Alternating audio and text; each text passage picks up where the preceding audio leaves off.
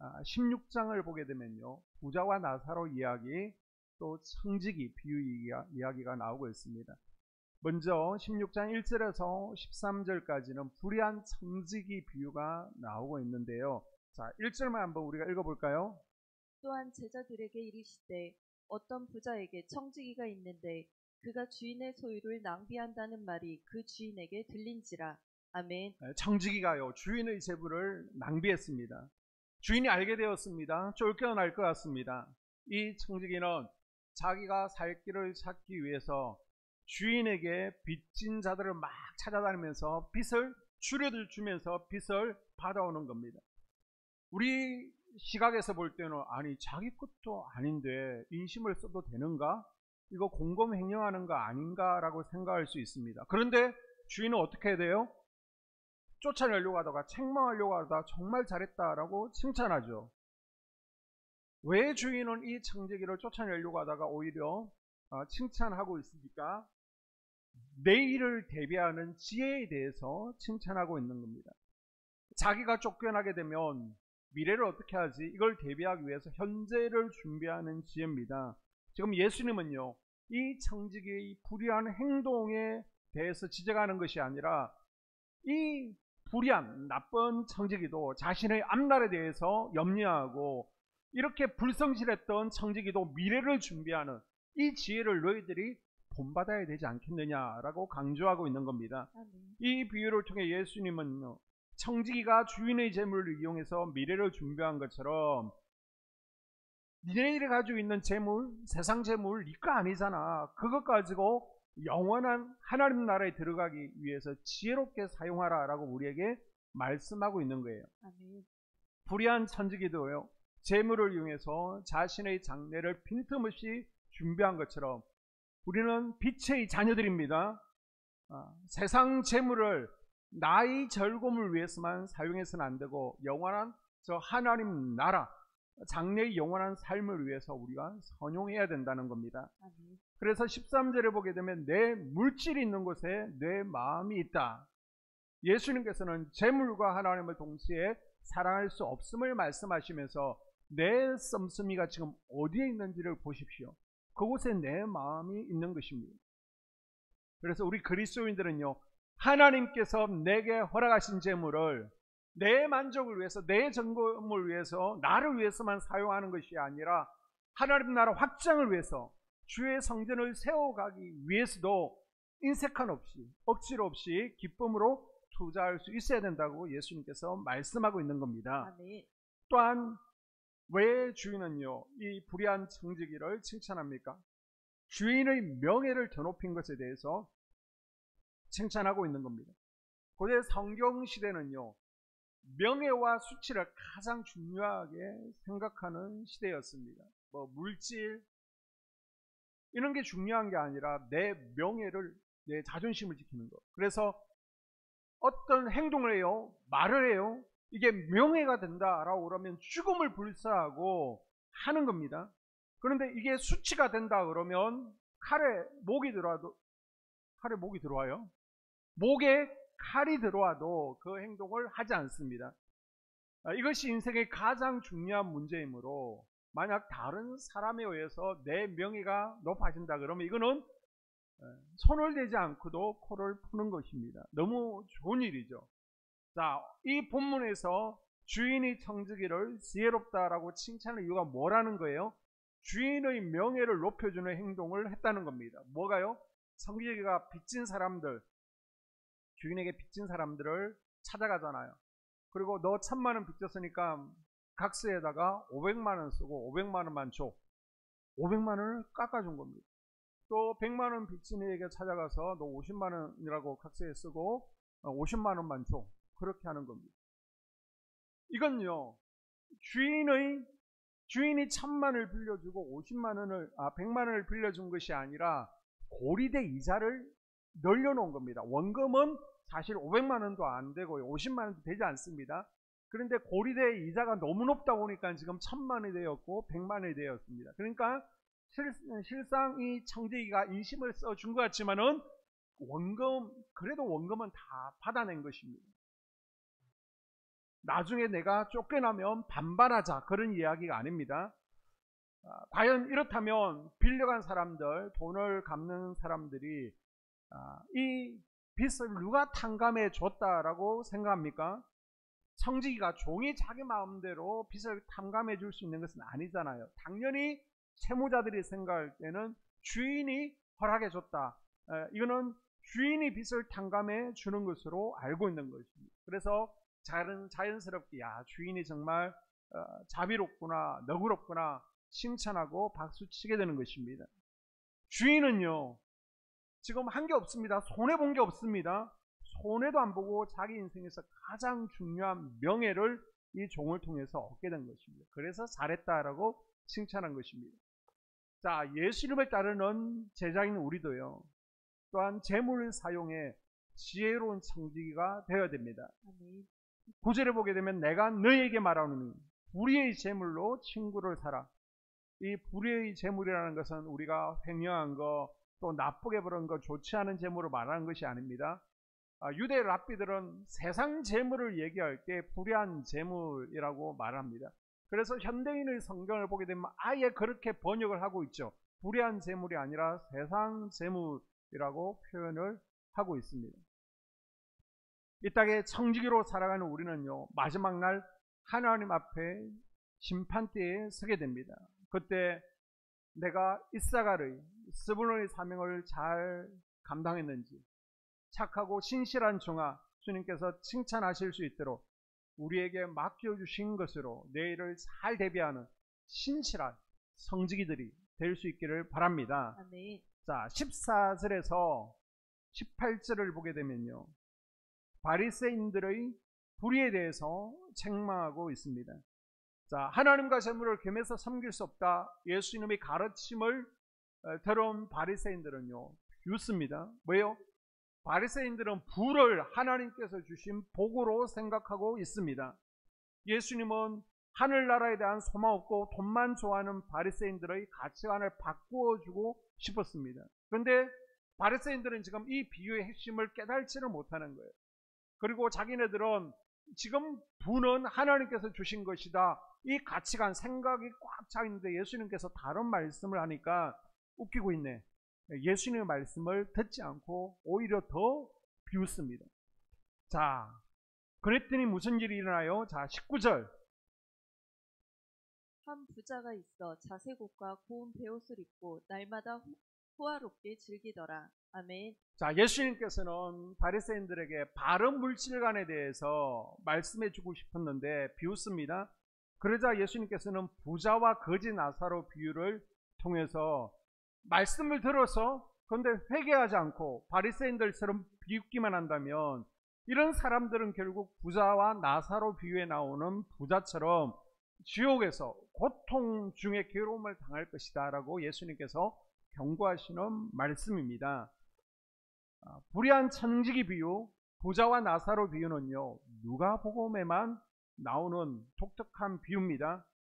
당시 바리새인들은요, 유대인으로서 경건한 척했습니다. 경건한 외형은 갖고 있었지만 정말 가난하고 소외된 이웃을 돌보는 데는 인색했죠. 이에 예수님께서는 비유를 통해서 자, 너희들은 죽게 되지, 그러면 천국과 지옥 두 군데 중에서 한 군데는 반드시 가게 된다라고 말씀하고 있습니다. 이 낙원, 또 뭐 새하늘과 새 땅, 신천신지, 천국과 어떻게 다릅니까? 복잡하니까요, 다 천국에 포함된 개념이다라고 이해하시고요. 그러면 영원한 불못이나 또 엄부는 무엇입니까? 지옥과 어떻게 다릅니까? 다 지옥에 포함된 개념이다라고 쉽게 이해하시면 됩니다.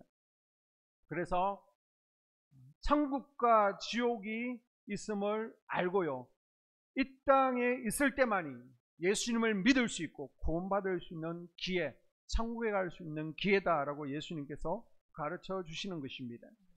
예수님께서는요, 내세에 이루어진 아브라함과 부자의 대화를 통해서 심판받는 영혼들이 얼마나 고통스러운지를 강조해 주고 있는 겁니다. 사우나 좋아하시는 분들, 사우나 들어가면 5분도 채 견디지 못하잖아요. 그런데 용광로보다 더 뜨거운 불목 고통은요, 5분이 아닙니다. 영원입니다.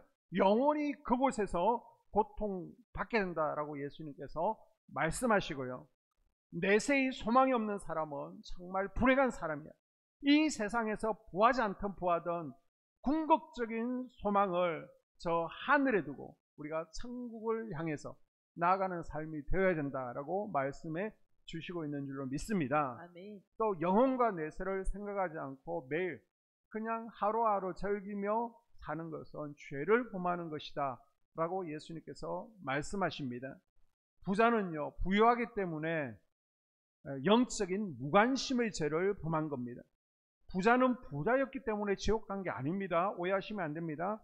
재물이 많고 풍요로운 것 자체가 죄는 아니에요. 예수님께서 이 비유에서 부자가 어떤 악한 일을 했다라고 말씀하고 있지 않잖아요. 성경을 보십시오. 어디 부자가 악한 일을 했다라고 적혀 있습니까? 어쩌면 많은 재물과 부유하면요, 그가 열심히 땀 흘리고 수고해서 얻은 결실일 수 있습니다. 그러나 부자는요, 하나님께서 허락하신 물질을 자신의 이기적인 목적을 위해서만, 자신을 위해서만 사용했다는 겁니다. 부 자체는 악이 아니에요. 인간이 피해야 될 죄도 아닙니다. 부자 되십시오. 중요한 것은 이 부를 어떻게 사용하느냐에 달려 있다는 겁니다.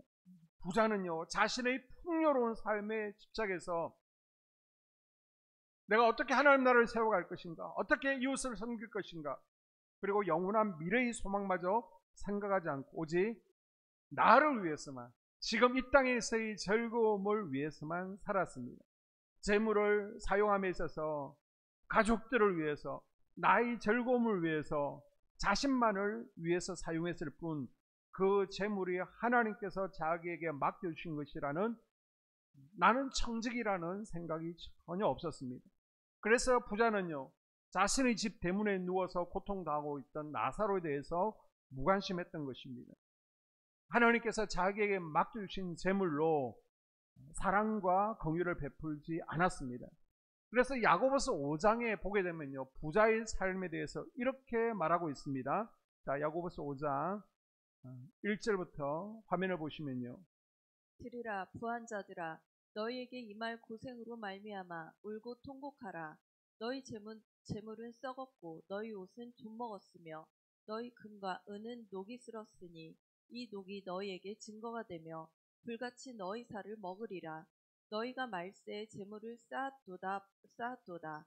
보라, 너희 밭에서 추수한 품꾼에게 주지 아니한 싹이 소리 지르며 그 추수한 자의 우는 소리가 만군의 주의 귀에 들렸느니라.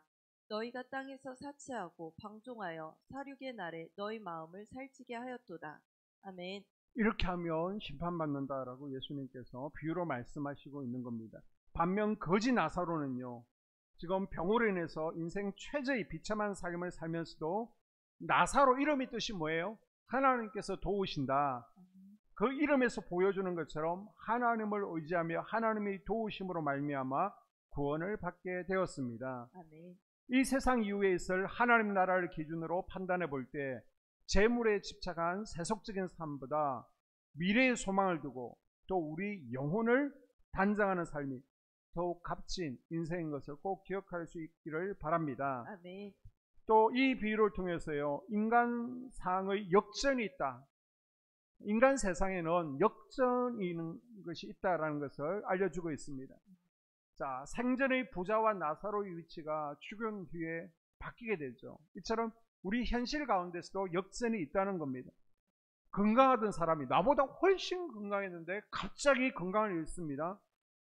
훨씬 나보다 물질적으로 부유했는데 갑자기 알거지가 되는 경우가 있습니다. 그래서 하나님의 자녀들은 내일 일은 모르는 겁니다. 늘 하나님을 의지하고 아멘. 현재에 감사하며 아멘. 겸손한 생활을 하는 것이 마땅한 줄로 믿습니다. 아멘. 이 부자와 나사로 비유에서 부자와 그의 형제들은요, 누구예요? 유대인들. 스스로 의인인 체하고 회개할 줄 모르는 교만하고 불신앙적인 유대인을 상징하죠. 나는 아브라함의 자손이고 나는 예배의 자리에 있기 때문에 천국은 보장되었다고 믿고 내세를 위해서 투자하지도 않고요, 하나님의 심판대 앞에 설 준비도 하지 않는 이 부자와 그 형제들에게 천국이 보장되지 않는다는 것을 예수님께서 경고하고 있는 것입니다. 이 경고는요, 2000년이 지난 지금에도 우리에게 주시는 경고인 줄로 믿습니다. 아멘. 자, 17장은 예수님께서 베레아 지방에서의 사역을 마감하시면서 제 아들에게 주신 교훈과 또 유대 지방에서 베푸신 이적에 대해서 기록하고 있습니다. 자, 예수님께서는요, 공생의 마지막에 가까이 갈수록 십자가를 향해 나아가는 희생과 헌신의 삶을 제 아들에게 보여주시면서 너희들도 이렇게 살아가야 돼, 본받을 것을 당부하셨습니다. 그러나 제 아들은 여전히 나는 이 자리에 올라가기를 원합니다. 나는 높은 위치에 오르기를 원합니다. 개인적인 야망, 욕심으로 가득 차 있었습니다. 이것을 보고 예수님께서는 당신이 걸어가야 할 길이 골고다의 길이고 십자가의 길임을 다시 한번 제 아들에게 알려주시고요, 천국 시민의 삶이 무엇인지를 말씀해 주시는 겁니다. 그래서 17장은요, 크게 세 부분으로 나눌 수 있는데 각 단락에서는 이 땅에서 천국인 교회 공동체에서 천국 시민으로서 우리가 어떻게 살아가야 되는지를 말씀해 주고 있는 것입니다. 그래서 17장 한번 펴보시면요, 17장 1절에서 10절 박스를 해놓으시고 1절에서 10절은 용서와 겸손, 감사와 같은 성도들의 실제적인 생활, 천국 시민이 어떤 생활을 해야 되는지를 보여주고 있습니다. 그리고 11절에서 19절 또 형광펜으로 박스를 해놓으시고요, 감사하는 신앙이 어떤 신앙인지 구체적인 예를 통해서 보여주고 있는 겁니다. 천국 시민의 감사가 어떤 것인지. 그리고 20절에서 37절 박스를 치시고요, 세상 끝날 재림 때에 무슨 일이 일어날 것이며 어떻게 준비해야 되는지를 우리에게 말씀해 주고 있습니다. 자, 이 세 파트를 살펴보고 마치겠습니다. 자, 예수님께서 가르쳐 주신 천국 시민의 네 가지 삶, 이게 무엇입니까? 첫째는요, 성도는 형제들 가운데 작은 자 하나라도 실족하게 하지 말아야 된다는 것입니다. 자, 17장 2절 줄을 걷습니다. 그가 작은 자 중에 하나를 실족하게 할진대 차라리 연자맷돌이 그 목에 매어 바다에 던져지는 것이 나으리라. 아멘. 아멘. 하나님께서는 한 영혼이라도 더 구원에 이르게 하는 것을 기뻐하십니다. 아멘. 특별히 예수님께서는요, 작은 자, 믿음이 약한 자에게 특별한 관심을 쏟으십니다. 그런데요, 먼저 된 이들이 말과 행동에서 본이 되지 않는 겁니다. 실족해 하는 행동을 하는 겁니다. 이거는 심판받을 행동이다. 이걸 엄중히 경계하는 겁니다. 이 실족해 하는 것은요, 사람으로 하여금 넘어지게 하는 것을 가르칩니다. 죄에 빠지게 하는 것을 말합니다. 그래서 천국 시민인 내가, 우리 속도원 그리고 교회 내에서 성도들에게 나의 부정적인 마음을 오염시키는 겁니다. 나의 원망하는 마음을 함께 원망케 물들이는 겁니다. 이렇게 믿음을 잃게 하는 행동에 대해서 주의해야 된다. 이거 심판받는 거야 라고 말씀하고 있습니다. 그래서 한번 따라해 볼까요? 기도를 통과하지 않은 말은 하지 않겠습니다. 기도를 통과하지 않은 말은 하지 않겠습니다. 옆에 분들에게 기도를 통과한 말을 하지 맙시다. 기도 통과하지 않은 말을 하지 맙시다. 네. 옆에 분들에게 말씀하신 것처럼 기도를 통과하지 않은 말을 하지 말아야 됩니다. 아멘. 이것을 통해서 우리 주변에 믿음이 약한 이들이 실족하지 아니하도록 믿음이 더 변화성장 성숙을 이룰 수 있도록 도와줄 수 있기를 바랍니다. 아멘. 두 번째, 성도는요, 죄를 범한 형제들을 책임있게 책망하고 회개하고 용서를 구하며 언제든지 용서해 줄 수 있어야 된다는 겁니다. 또 3절 4절 줄을 그을까요? 너희는 스스로 조심하라. 만일 내 형제가 죄를 범하거든 경고하고 회개하거든 용서하라. 만일 하루에 7번이라도 내게 죄를 짓고 7번 내게 돌아와 내가 회개하노라 하거든 너는 용서하라 하시더라. 아멘. 형제를 실족해 하는 행동을 경계하신 예수님은요, 형제가 죄를 범하면 책망하고 혹 회개하면요 용서해야 된다라고 말씀하십니다. 아멘. 여기서 죄는요, 공동체 내에서 형제들 간 교제에서 말 실수할 수 있잖아요. 행동할 수 있잖아요. 또 행동에서 실수할 수 있잖아요. 이런 것들을 의미하고 있습니다. 나에게 손해를 끼친 이가 있다면 또 정죄하고 비난하기 쉽지만 용서하기는 쉽지가 않습니다. 그러나 예수님께서는요, 용서와 포용을 요구하십니다.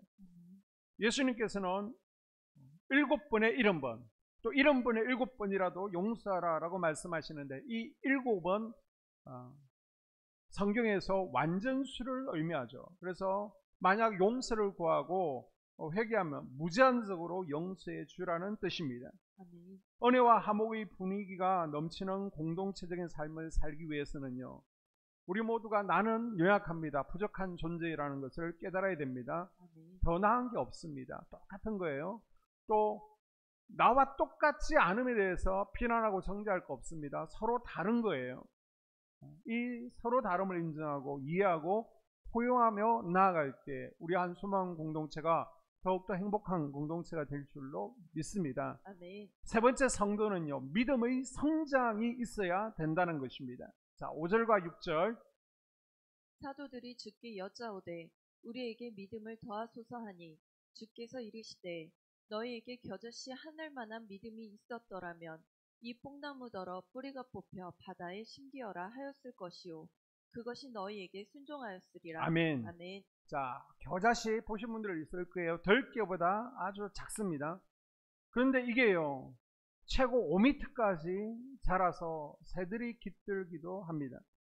예수님께서 믿음에 대해서 너희들에게 겨자씨 하나일 만한 믿음이 있었다면 놀라운 힘을, 능력을 발휘할 것이다 라고 말씀하십니다. 겨자씨 하나는요, 계속해서 자라나죠. 그대로 머물지 않습니다. 우리의 믿음도 마찬가지라는 겁니다. 그대로 머물러 있으면 안 돼요. 아멘. 뒤돌아보면 10년 전과 지금 더 나아져야 되는 겁니다. 앞으로 10년 후를 보면 더 갈수록 진보해야 됩니다. 아멘. 우리의 믿음은요, 성취가 아니라 계속해서 변화, 성장, 성숙을 이루어야 됩니다. 예수님의 제자 가운데 도마가 예수님께서 머물라고 한 자리에 있지 않을 때에 믿음을 지키지 못했죠. 믿음을 팔아먹었죠. 우리가 예배의 자리, 기도의 자리, 말씀의 자리를 지킬 때 우리의 믿음이 자라나고 더 변화, 성장, 성숙을 이루어 갈수록 진보하는 믿음이 될 줄로 믿습니다. 아멘. 네 번째 성도는요, 충성을 다한 후에 나는 무익한 종임임을 고백해야 됩니다. 자, 10절 볼까요? 이와 같이 너희도 명령받은 것을 다 행한 후에 이르기를 우리는 무익한 종이라 우리가 하여야 할 일을 한 것뿐이라 할지니라. 아멘. 우리는 무익한 종이라 우리가 하여야 할 일을 한 것뿐이라. 줄을 그어두시고요. 예수님께서는 저희들에게 이 종의 믿음을 가지라 라고 말씀하십니다. 종은 밭에 나가서 하루 종일 새벽부터 밤늦게까지 일하잖아요. 집에 돌아왔어도요, 자기 쉬지 않습니다. 먼저 주인의 먹을 것을 준비해 주죠. 또 주인이 먹을 동안 수정됩니다. 그리고 나서 자신도 먹고 이제 쉬게 되는 것이죠.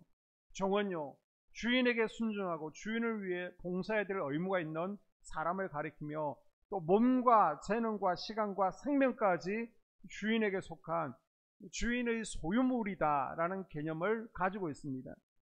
이렇게 볼 때 하나님의 부르심을 입은 모든 성도는요, 어떤 직분에 있든지 어떤 신분에 있든지 다 한 가지로 하나님의 종된 위치에 있음을 기억해야 됩니다. 아멘. 소극적인 의미에서 종은요, 나를 포기하는 겁니다. 나에 대해서 내세우지 않는 것입니다.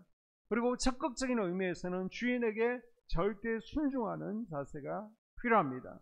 우리는 종입니다. 아멘. 참된 성도의 삶은요, 죽도록 충성하지만 이 모든 것이 하나님의 은혜입니다 라고 아멘. 고백하는 것입니다. 아멘. 자신이 하나님을 위해 일한 것은 자랑으로 삼지 않습니다.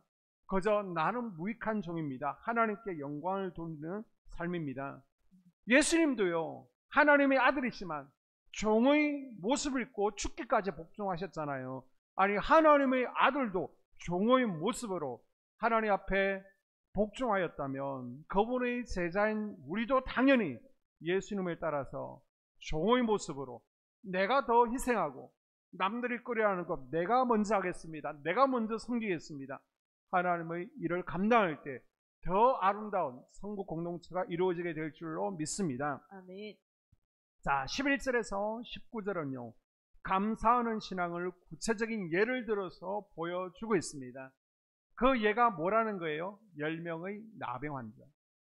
자, 예수님께서 예루살렘으로 가고 있습니다. 갈릴리에서 사마리아를 지나가시다가 한 촌에 들어가시니 나병 환자 10명이 예수님을 만나게 됩니다. 당시 나병은요, 하나님께서 내리신 천벌이라는 개념이 있습니다. 그래서 나병 환자들은 죄인 취급받았죠. 부정한 자로 여겼기 때문에 공동체 내에서 함께 생활할 수가 없었습니다. 나병은 자신이 나병 환자인 것을 알 수 있도록, 다른 사람들이 알 수 있도록 머리를 풀어헤쳐야 됐고요. 검정 옷을 입어야만 했고요. 바람이 내 쪽에서 불어가면요, 45m 안에 들어오지 않도록 나는 부정하다, 나는 부정하다 외쳐야 됩니다. 그리고 바람이 반대편에서 불러오게 되면 한 90m 정도 밖에서 나는 부정하다, 부정하다 외쳐서 정상적인 사람이 내게 가까이 오지 못하도록, 그래서 부정을 타서 하나님의 저주받은 자로 인지되지 아니하도록 해야 될 의무가 있습니다. 그러지 않으면 돌에 맞아 죽는 거예요. 이런 이들이 예수님 앞에 죽음을 불사하고 나왔습니다. 그런데 예수님께서는요, 이 나병 환자들 외면하지 않으시고 제사장에 가서 보여라. 율법에 의하면 나병에 걸렸다가 나은 사람은요, 제사장에 가서, 의사가 아닙니다, 제사장에 가서 나았습니다. 최종 이제 결과를 판정을 받아야 됩니다. 이들은 예수님의 말씀에 따라 제사장에 가죠. 그 가운데 가는 도중에 나병이 치유되는 기적을 경험하게 됩니다. 그런데 10 나병 환자 가운데 9명과 한 사람이 각기 다른 행동을 취하죠. 10명이 가는 도중에 함께 나았습니다. 9사람 너무 기쁘잖아요. 너무 감사하잖아요. 그 기쁨과 감사를 안고 자기의 가정으로 달려가는 겁니다. 그러나 한 사람도 기쁘죠. 감사하죠. 가정이 생각나죠. 자식이 보고 싶죠. 그러나 자기를 고쳐주신 예수님을 향해 방향을 되돌린 겁니다. 이 10사람은요, 똑같은 은혜를 체험했는데 서로 다르게 반응하고 있습니다. 자, 15절 이하를 볼까요? 예수의 발 아래에 엎드려 감사하니 그는 사마리아 사람이라. 예수께서 대답하여 이르시되 10사람이 다 깨끗함을 받지 아니하였느냐? 그 9은 어디 있느냐? 아멘. 아멘. 병고침을 받은 사마리아 사람이요, 예수님의 발 아래 엎드려 감사를 드린 것은 자신이 표현할 수 있는 최고의 감사, 최선의 감사를 지금 하고 있는 것입니다. 자, 그랬더니 19절에 보니까 상반절, 그에게 이르시되 일어나 가라. 어디로 가라는 거예요? 제사장에게 지금 가다가 돌아왔으니까 제사장에게 계속 가라는 것입니다.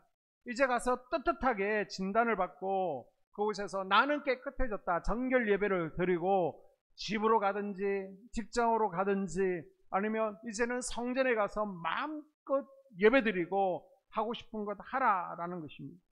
이 말씀은요, 예수님께서 지금 이 사람에게 자유를 선포하는 겁니다. 지금까지는요, 자유가 없었어요. 매여 있었어요. 가정을 가질 수 있었습니까? 사람들과 마음대로 만날 수가 있었습니까? 예배드리고 싶다고 성전에 나아갈 수 있었습니까? 질병이라는 결박에 묶여 있었습니다. 그러나 이제는 더 이상 구속할 자도 없습니다. 구속될 일도 없습니다. 예수님 안에 자유가 있었습니다. 아멘. 자, 그 다음 19절 하반절에 보게 되면요, 내 믿음이 너를 구원하였느니라 하시더라. 감사를 잃어버린 9명은요, 병고침은 받았지만 하나님 나라 영생을 받지는 못했습니다. 그러나 감사하며 돌아오는 이방인은요, 질병치유, 육신의 구원도 받았지만 더 큰 천국 백성의 복을 받게 되었습니다. 육신의 구원뿐만 아니라 영적인 구원도 받게 되었다는 것입니다. 지금 경제적으로 어렵고 힘든 시기죠. IMF보다 더 어렵다라고 합니다. 남편을 봐도 자식들을 봐도 감사할 일이 별로 없어 보입니다. 그래도 우리는요, 눈을 뜨고 감사를 발견하고 또 찾아야 됩니다. 내 삶 가운데 당연한 건강, 당연한 자녀 감사합시다. 우리가 감사할 때 하나님께서 영광 받으십니다. 아멘. 하나님께서 우리에게 자유의 은혜, 구원의 은혜를 베풀어 주실 줄로 믿습니다. 아멘. 자, 마지막 20절에서 37절은요. 마지막 날에 주님의 재림이 있을 것이다. 교회 공동체는 항상 종말론적 신앙을 가지고 그리스도의 재림을 준비해야 된다라고 말씀하고 있습니다. 자, 그러면서 22절에서 25절을 보게 되면 재림의 때가 언제인지 우리 주님께서 어떻게 오시는지 말씀하고 있는데요. 자, 24절 볼까요? 번개가 하늘 아래 이쪽에서 번쩍이어 하늘 아래 저쪽까지 비침같이 인자도 자기 날에 그러하리라. 아멘. 아멘. 예수님께서는요, 자신이 언제 재림하실 것 정확하게 말씀하지 않았습니다. 그때는요, 아무도 모르는 겁니다. 천사도 모르는 겁니다. 오직 하나님만 아시는 거예요. 그러나 종말의 때에 무슨 일이 있느냐? 징조가 있는데 거짓 선지자들이 많이 일어날 거라는 겁니다. 우리나라만요, 예수님이 30명이 넘습니다. 우리나라만 성령님이 50명이 넘습니다. 우리나라만 하나님이 10명이 넘고요. 저 고흥에 가면 다윗도 있고요.